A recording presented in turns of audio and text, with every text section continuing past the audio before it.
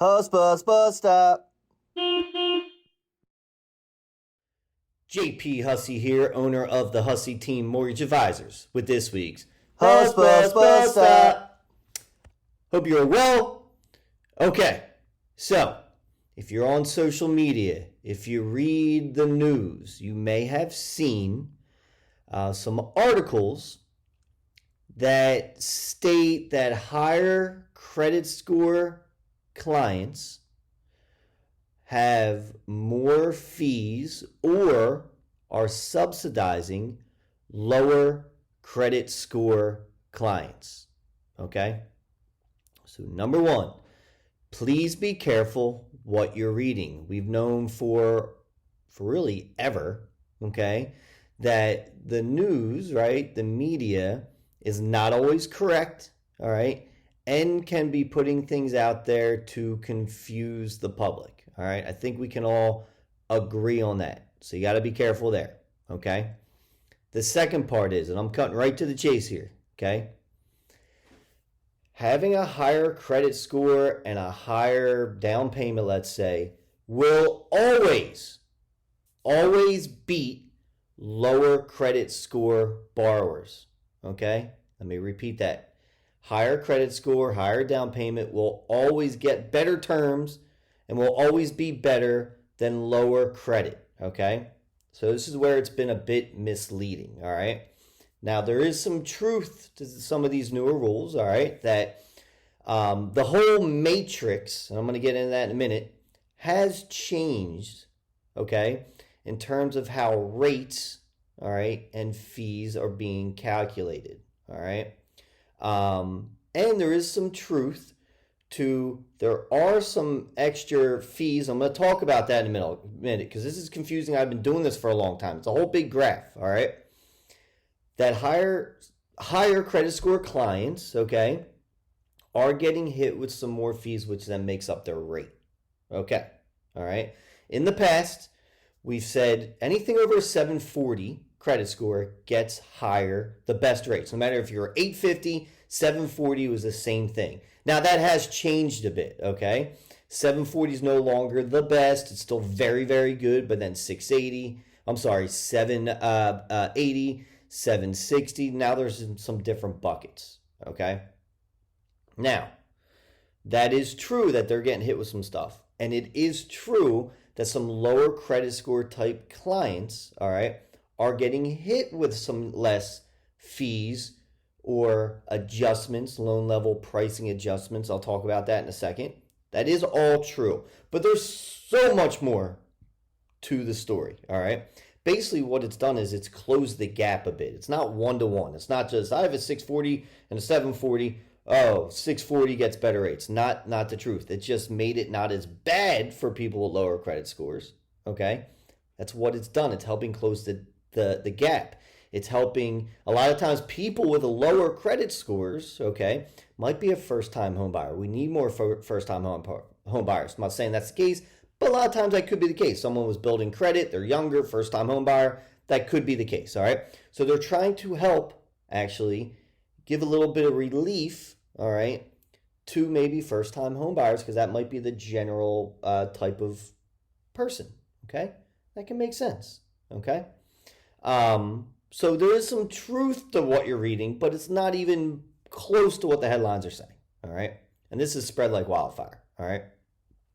So let me take a step back, all right? So how this kind of works, I'll try to make it simple, is the government-sponsored enterprises, Fannie Mae, Freddie Mac, all right?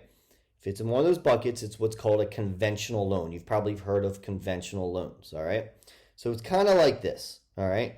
Conventional or Fannie Mae, Freddie Mac has a base rate, let's say, all right? And then what these fees are, you don't see these fees, number one, as a client. Loan level pricing adjustments, okay? It's risk-based. That's what mortgages are. Remember, you are not entitled to a loan. It's actual money being given to you in the hopes that it's going to be paid back. Really think about that, all right? So this isn't just buying something off the street and it's a good or a service and that's it, and you can complain about it and maybe you're kind of entitled to it if you have the money. This isn't it. Someone's giving you actually money in the hopes that you pay it back. So it's got to be risk based. All right. If you don't agree with it, then buy a house cash. But I don't have cash, JP. Well, then get a mortgage. And it's going to be risk based off of your profile. But anyway, Fannie Mae, Freddie Mac conventional loans, they have a base price. Okay. And then you have a lender, okay, that has the money in the beginning, okay, and they're giving that money out to you, the client, at closing. All right. There's an actual lender there that wires money to you to buy the house. Real money. It's not make believe. All right. So what happens is we're following these guidelines. All right. And this lender helps you buy that house. Then that lender needs to turn around and needs to sell it back or deliver it to Fannie Mae, Freddie Mac. All right. So they have then more money to go help you buy a house. All right. It's a big circle. So Fannie Mae, Freddie Mac, aka conventional, put these fees into place. All right. Government sponsored enterprises. All right. So when they get that back, it goes into a bucket and it's all risk based and people can buy it. So this makes the world turn, really. Okay. So that's what these loan level pricing adjustments are, these fees. All right. It's all risk based. So you have a rate, base rate, and then these get added on to make what the true rate is. All right. I know it's confusing. If there's questions, let me know. But I'm going to get into why not even to concern yourself over this. But I have to explain it. But I'm going to bring it full circle. So that's what happens. So let's say that base rate's 5%. They start adding in these things, okay, these fees, all right? And then your rate turns to 6%, let's say, based on your profile, okay? So, again, the highest credit scores are still going to have less. They just might been tacked on a little bit, let's say, all right? But the people giving the money can do whatever they want, all right? They're giving you the money. They can make these changes whenever they want, okay? Just saying.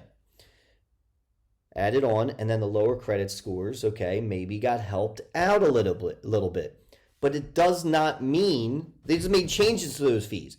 Does not mean it's 1-to-1, 740 again, 640. If you compare them, the 640 is all of a sudden going to have a better rate or pricing. Not even close, okay? All right? So I've seen people say, I've worked so hard on my credit, I'm just going to tank my credit to get better rates. Don't do it. It's not the case. Remember, everything's risk-based. People are giving money to you to buy a house.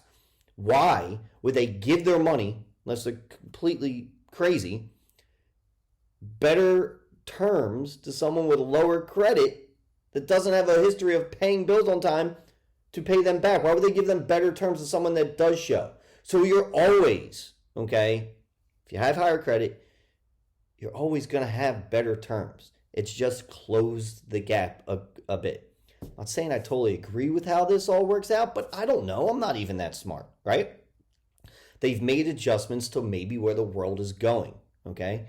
And they see where things are going. So they've made some adjustments. So again, this full cycle, all right, can still provide for people to buy a home when they don't have the money, okay?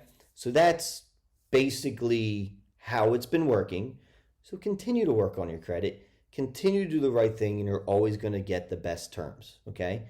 While it's maybe giving a little bit of relief to other people because we need them to buy houses. We need it helps the economy.